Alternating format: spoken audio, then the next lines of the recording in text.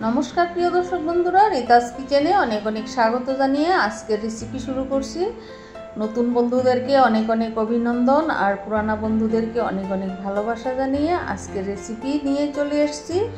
আজ আমি বানাচ্ছি কই মাছের কালিয়া। রেসিপিটি শুরু থেকে শেষ অবধি দেখার অনুরোধ রইল। বন্ধুরা, প্রথমে মাছগুলো ভালোভাবে কেটে ধুয়ে নিয়ে এসেছি। এবারে নুন, হলুদ, শুকনো লঙ্কার গুঁড়ো, সামান্য একটু লেবুর রস দিয়ে ভালোভাবে ম্যারিনেট করে প্রায় আধ ঘন্টার মতো রেখে দেব। তারপর একটি মশলার পেস্ট বানিয়ে নেব।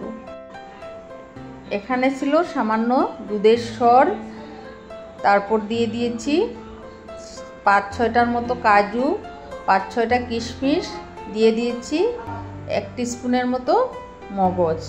এবারে একসাথে পেস্ট করে নিয়েছি। এদিকে কড়াই বসিয়ে দিলাম। কড়াইতে দিয়ে দিচ্ছি সাদা তেল 3 টেবিল স্পুনের মতো। তেলটা গরম হয়ে এসছে, দিয়ে দিচ্ছি ফোড়নে গোটা জিরে। জিরেগুলো ভাজা হচ্ছে। এবারে দিয়ে দেব গোটা গরম মশলা, দিয়ে দিচ্ছি কুচানো পেঁয়াজ। পেঁয়াজগুলো ভেজে গোল্ডেন ব্রাউন করে নেব। বন্ধুরা, যে যেখান থেকে দেখছো আমার ভিডিওগুলো একটু কমেন্ট করে জানিও, যাতে আমি তোমাদেরকে ধন্যবাদ জানাতে পারি। বন্ধুরা, একটি ভিডিও বানাতে অনেক কষ্ট হয়, তাই একটু আমাকে সাপোর্ট করে আমার পাশে থেকে ভিডিওটা সম্পূর্ণ দেখে নিও। এবার আমি মশলার পেস্টটা দিয়ে দিলাম। এই মশলাটাতে ছিল আদা হাফ ইঞ্চের মতো, কাঁচা লঙ্কা 6-7টার মতো ছিল, একটি টমেটো একসাথে পেস্ট করে নিয়েছিলাম। দিয়ে দিচ্ছি 1 টিস্পুন জিরে গুঁড়ো, হাফ টিস্পুন শুকনো লঙ্কার গুঁড়ো, দিয়ে দিচ্ছি হাফ টিস্পুন হলুদ গুঁড়ো।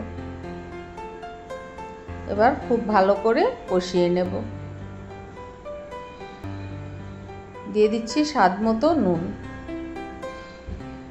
বাটি ধোয়া জলটা দিয়ে একটু নেড়েচেড়ে ভালোভাবে কষিয়ে নেব। দেখতেই পাচ্ছ তেল ছেড়ে আসছে, কালারটাও কত সুন্দর হয়ে আসছে। এবারে দিয়ে দিচ্ছি কাজু পেস্টটা, দিয়ে দিচ্ছি আস্ত কিশমিশ 4-5টার মতো।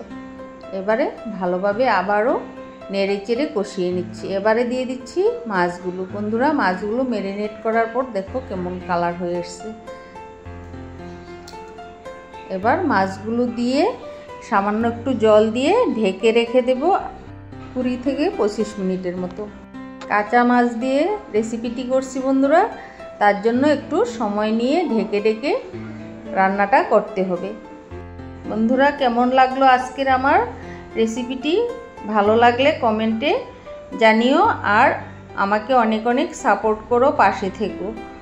এভাবে তোমরাও একবার বাড়িতে ট্রাই করে দেখো, খেতে দুর্দান্ত হবে। ফিরে আসবো নতুন নতুন রেসিপির সাথে। সবাই ভালো থেকো, সুস্থ থেকো, আর আমাকে অনেক অনেক সাপোর্ট করে আমাকে এগিয়ে যেতে সাহায্য করো। এবারে গরম গরম সার্ভ করে নিলাম। ধন্যবাদ।